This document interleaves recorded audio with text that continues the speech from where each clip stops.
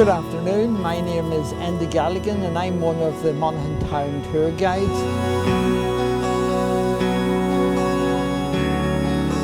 We're standing here on what's known as the Black Lane or the Dummies Lane, very close to the centre of Monaghan Town, and we're standing directly in front of one of the Lock Keepers Cottages.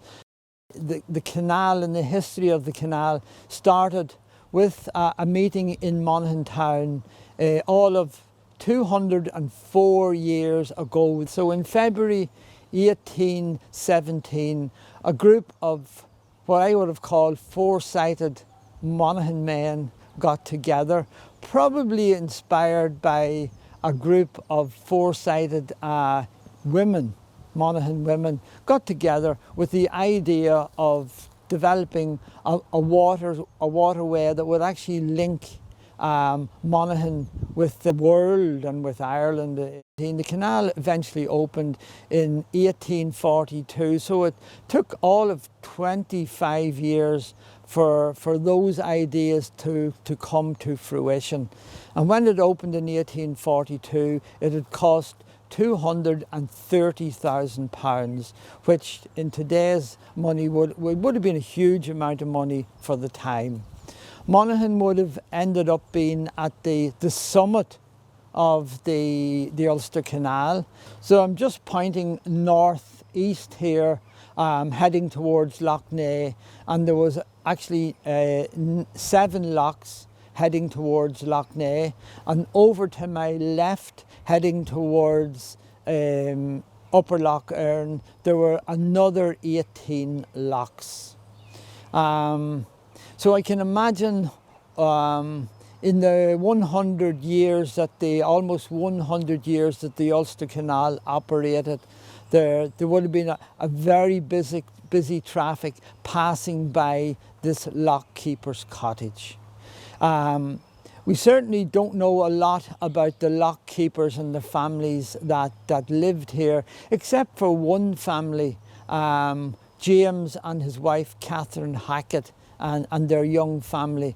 And we know a bit about them because their granddaughter lived in Monaghan Town, and before she passed away, she left a wee bit of the history of her grandparents, James and Catherine, and what they'd done here, and how the lock gates operated, and the importance of the Lock Keepers Cottage.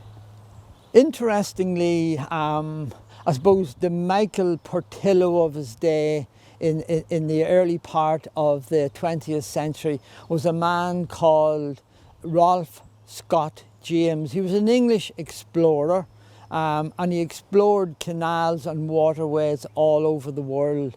And he sailed up to this Lock Keepers Cottage on the 11th of August 1910. He was paddling a large canoe, and he was on his way from Belfast down to Killaloe in County Clare. So at that stage, he was able to navigate the whole way from Belfast all the way along the Ulster Canal to Upper Loch, where he got on the Shannon and all the way down to County Clare. And he left an interesting description of Monaghan Town, even though he never mentioned James and Catherine Hackett, who would have been here at the Lock Keepers Cottage. He left a very interesting and his own interpretation of what Monaghan looked like at that particular time. So I have a few of his words here, and I'm just going to read out his description, and it wasn't a very complimentary description of Monaghan Town. So he described Monaghan Town as a grey, unpretentious, not overly clean little town, with a few narrow winding streets converging on the Diamond.